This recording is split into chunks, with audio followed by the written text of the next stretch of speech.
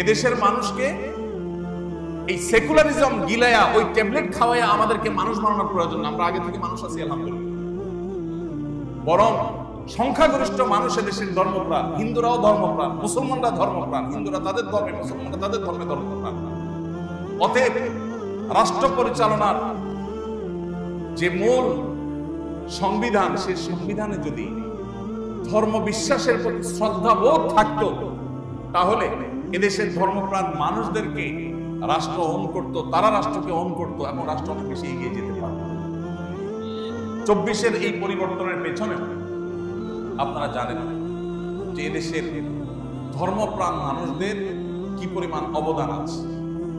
সেই আবু সাইদের ফেসবুক ওয়ালে যদি আপনি যান, আপনি তার লাইনে লাইনে দেখতে পাবেন কতটা ধর্মপ্রাণ সে ছিল। এভাবে একটা একটা করে আপনি যদি দেখেন, অগণিত মাদ্রাসার ছাত্ররা এখনো তাদের চোখ নাই, হাত নাই, পাও নাই,